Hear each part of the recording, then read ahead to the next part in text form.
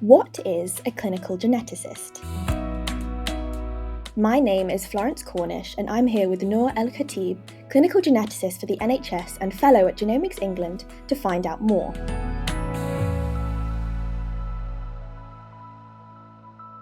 So, Nour, before we dive into talking about clinical geneticists, could you explain what we mean by the term genetics?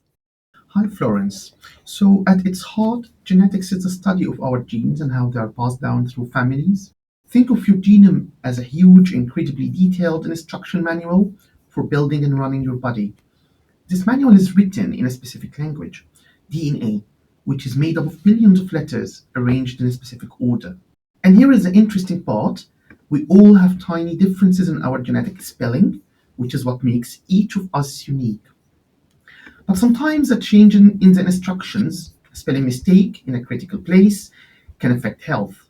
Genetics is all about learning to read that manual, understand how changes in it can cause disease, how it's passed down through families, and finding ways to help. And so, what kind of thing does a geneticist actually do? Well, the term geneticist can cover a few different roles, which often work together. Broadly speaking, you can think of two main types: laboratory geneticists and clinical geneticists. Laboratory geneticists are the incredible scientists who work behind the scenes.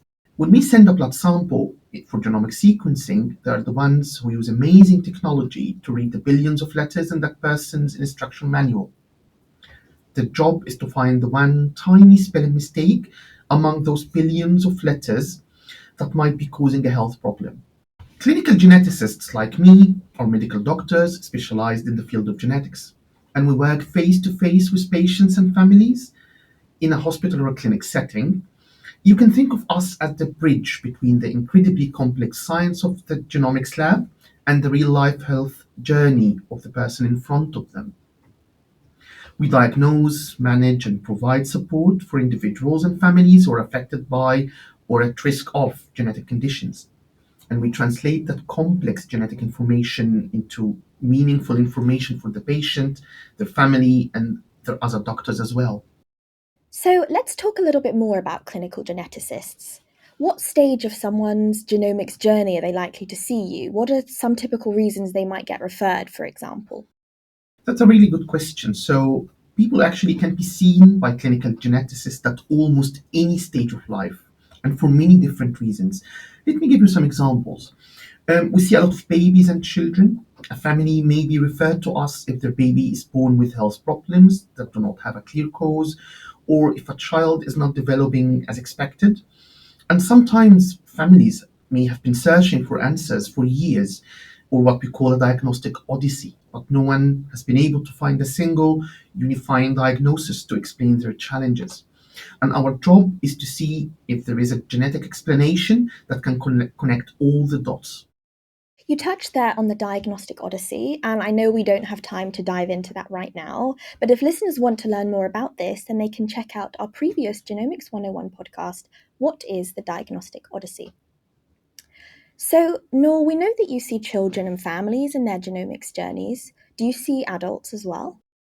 Yes, indeed. We also see many adults who develop certain health conditions, such as cancer or certain types of heart disease, and their clinicians suspect they might be having an underlying inherited genetic cause. Or it could be actually someone who is healthy themselves, but have a family history of a particular condition and want to understand their own risk or the risk for their children and other family members. A classic example is in cancer genetics.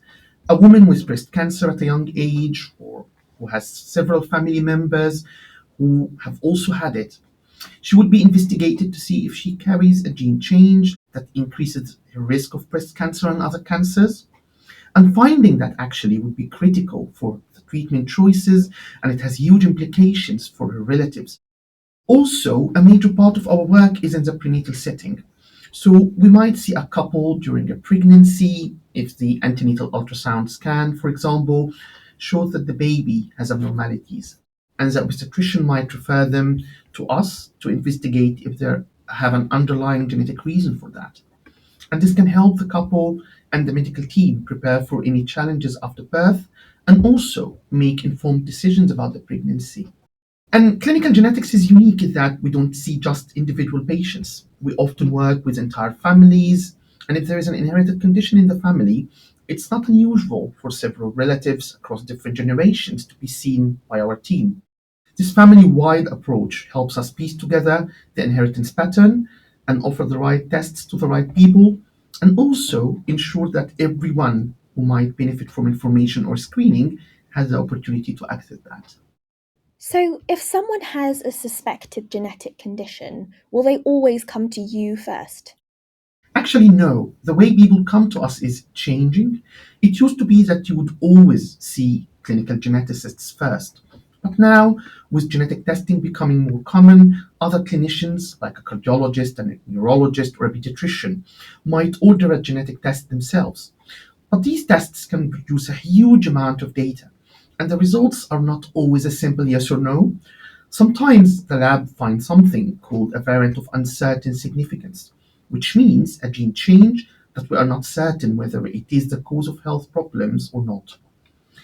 And in these cases, a specialist will refer the patient to us to help put the uncertain result into the context of the patient's specific health problems and the family history, and to help also work out what it really means for them and their family. So, you mentioned a couple of other healthcare professionals there, pediatricians and neurologists, for example.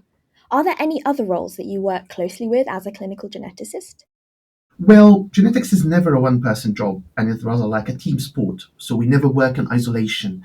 We work in what we call a multidisciplinary team, where clinical geneticists, genetic counselor, genomic practitioners, scientists, and other specialists all bringing our knowledge and expertise together.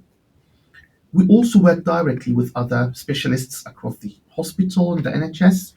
Let's say if it's a genetic heart condition, a cardiologist will be a key part of this multidisciplinary team for the patient. And this 360-degree view ensures that we're giving the best possible holistic care. And finally, before we wrap up, I'm sure lots of our listeners may have heard or even come across genetic counsellors. Could you explain how this role is different from a clinical geneticist? So, our role as a clinical geneticist is distinct from that of a genetic counselor, but we work side by side.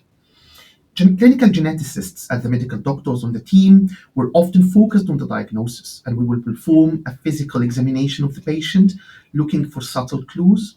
We will review their medical history and piece together the whole medical puzzle. And based on that, we decide which genetic test is the most appropriate and will have the best chance of finding an answer. A genetic counselor is a healthcare professional with highly specialized training in both genetics and counseling. And they are communication experts. They spend time helping families understand results, process the information, and think through what it means for them and their relatives. They are incredibly skilled at explaining complex genetic concepts in a way that is easy to understand and also at providing support. They help families navigate the emotional impact of what can be life changing news and also discuss the implications for the wider family. And genetic counselors are not only there after diagnosis is made, they can also play an active role in the diagnostic process. So, in many situations, they are the ones taking the detailed family history, recognizing patterns that suggest a genetic condition, and arrange the most appropriate genetic tests. They work closely with laboratory scientists and clinical geneticists to interpret the results and guide the next steps for the patient. And a family will often see both of us as our roles complement each other. So we'll finish there. Thank you so much, Nour, for sharing what you do as a clinical geneticist. If you'd like to hear more Explainer episodes like this, you can find them on our website at www.genomicsengland.co.uk or wherever you get your podcasts. Thank you for listening.